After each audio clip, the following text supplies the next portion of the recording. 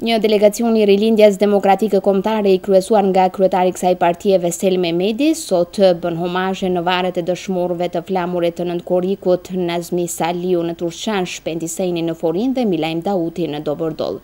Kryetari Mehmeti tha se çdo korrik sjell me vete kujtimin për këto ngjarje të përgjakshme në Gostivar, si dhe për të gjithë dëshmorët e rënë për flamur, gjuhë, komb, fe dhe atdhe.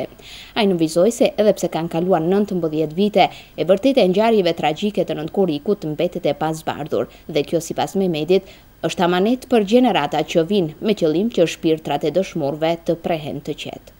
Pikërisht sot, para 19 viteve, më 9 korrik të vitit 1997, u bon eksperimente në Gostivar, si janë bë eksperimente edhe më herët para 97-ës, dhe vazhdojnë të bëhen eksperimente me popullin shqiptar edhe pas vitit 1997.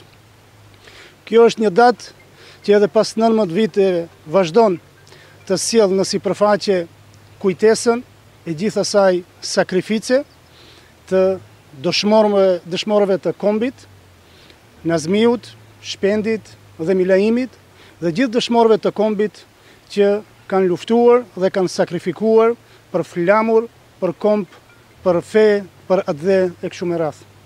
Do vazhdojnë edhe në të ardhmen, përderisa sot e kësaj dite nuk është zbardhë e vërteta e ngjarjeve tragjike të Nëntkorrikut të vitit 1997.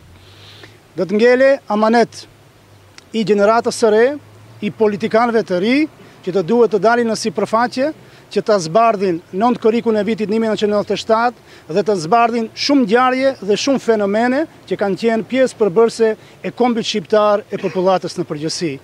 Ndryshe, pasojat e ngjarjeve të Nëntkorrikut ishin tragjike dhe të përgjakshme, me këtë rast u vranë 3 shqiptar kryesisht të gjeneratës së re. Ishte Nazmi Saliu nga fshati Turçan I Vogël, Dr. Shpendi Sejni nga fshati Forin dhe Milajm Dauti nga fshati Dobërdoll. U plagosën me qindra të tjerë dhe u keq trajtuan pa mëshirë të gjitha ata shqiptar që u hasën duke lëvizur në rrugë.